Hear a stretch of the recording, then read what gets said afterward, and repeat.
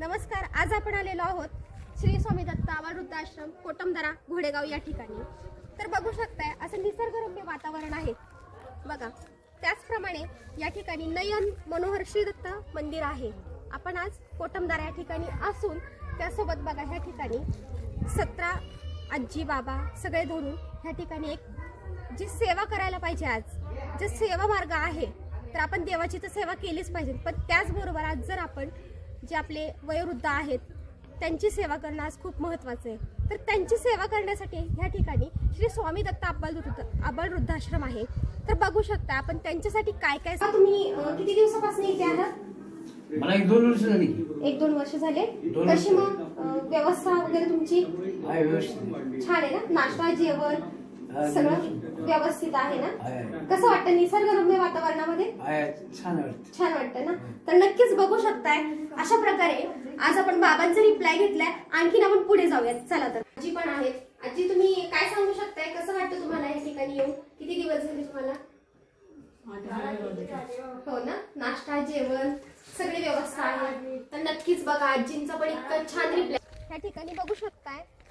पालक आहे, त्याचप्रमाणे पुढे जर गेलं तर मेथी आहे, कांदा आहे, लसूण आहे.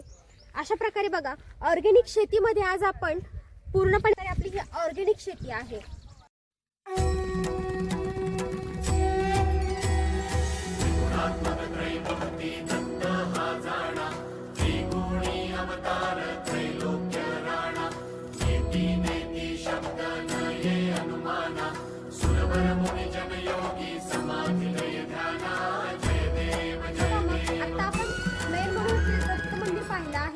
तर कसं वाटलं तुम्हाला? नक्कीच आवडलं असेल. तर बघा मंदिरामध्ये इतकी सुंदर सेवा आपण करण्यासाठी येऊ शकतोय, पारायण करू शकतोय. त्यासोबत पाहिलं तर सकाळी आणि संध्याकाळी इथे या ठिकाणी आरती देखील होते, महाप्रसाद असतो गुरुवारची.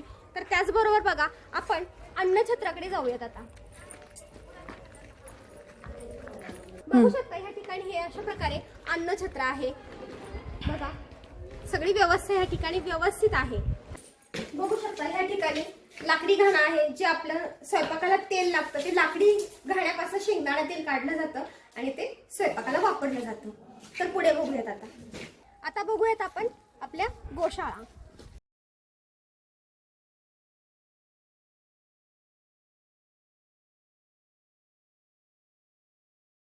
तर अशा प्रकारे गायांचा गोठा आहे, तेल घाणा आहे.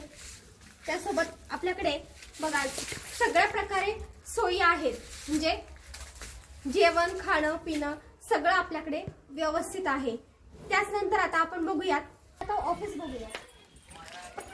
बघू शकताय काल श्री साई चरण सेवा संस्था श्री स्वामी दत्त आबाल वृद्धाश्रम नयन मनोहर श्री दत्त जयंती जी होती तो सोहळा काल संपन्न झालेला आहे. बघू शकता ह्या ठिकाणी जे टॉयलेट बाथरूम किंवा गरम पाण्याची सोय, सोलरची सोय आहे. त्याचबरोबर पिण्यासाठी जे आहे ते सुद्धा आहे, फिल्टर आहे. त्याचबरोबर थंड पाण्याची सोय सगळी ह्या ठिकाणी व्यवस्थित सोय आहे. बघू शकता ह्या ठिकाणी पाण्याची विहीर आहे.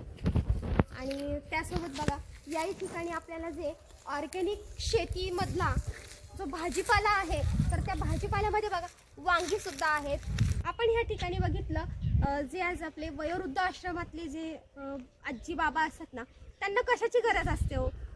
त्यांना फक्त एक सहानुभूतीची, एक आपुलकीची, एक प्रेमाची गरज असते की नाही? तर नक्कीच त्यांच्यासाठी आपण जर वेळ काढला, अशा ह्या निसर्गरम्य वातावरणामध्ये आपण आपला महिन्यातला 1 दिवस जर घालवला, त्यासोबत काय करायचं आपल्याला? फक्त त्यांच्याशी वेळ घालवायचा आहे. त्यासोबत आपल्याला जर आपल्याला हवं असेल तर आपण एक देवभक्त असू तर देवभक्ती करू शकतोय.